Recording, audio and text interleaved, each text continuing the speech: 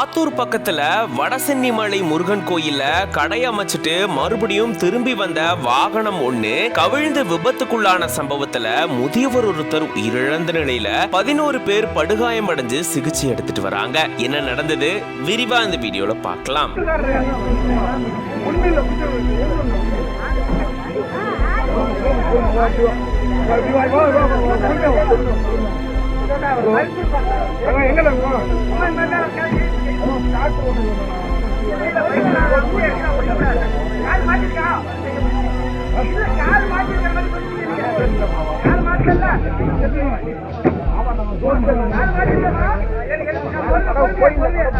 சேலம் மாவட்டம் ஆத்தூர் காட்டுக்கோட்டை வடசென்னிமலை முருகன் கோயில பங்குனி உத்தர விழாவை முன்னிட்டு நிறைய பேர் கடைகள் அமைச்சிருக்காங்க. இந்த சூழல தான் சந்தாபரணம் நிகழ்வு நடந்த நிலையில அங்க கடை அமைச்சவங்க கடைய காலி பண்ணிட்டு சரக்கு வாகனத்துல திரும்பி வந்ததா கூறப்படுது. அப்போ மலையினுடைய அடிவாரத்துல சரக்கு வாகனம் வந்துட்டு இருக்கும் போதுதான் ஓட்டுநர் கட்டுப்பாட்டை இழந்த வாகனம் 5 அடி ஆழ பள்ளத்துல கவிழ்ந்து விபத்துக்குள்ளாகி இருந்திருக்கு. இந்த விபத்துல ஓட்டுநர் உட்பட 12 பேர் படுகாயம் அடைஞ்சு சிகிச்சைக்காக மருத்துவமனையில சேர்க்கப்பட்டிருக்காங்க. இதுல உடையார்பாளையம் பகுதியை சேர்ந்த 62 வயதான பழனியப்பன் அப்படின்றவரு சிகிச்சை பலன் இல்லாம உயிரிழந்துட்டாரு. மேலும் 11 பேர் சிகிச்சை எடுத்துட்டு வராங்க. இது தொடர்பா ஆத்தூர் ஊரக போலீசார் வழக்கு பதிவு செஞ்சு விசாரணையை மேற்கொண்டுட்டு வராங்க. முருகன் கோயில்ல கடையமைச்சவங்க மறுபடியும் திரும்பி வரும்போது விபத்துக்குள்ளான சம்பவத்துல ஒருத்தர் உயிரிழந்திருக்கிறது பெரும் சோகத்தை ஏற்படுத்தி இருக்கு.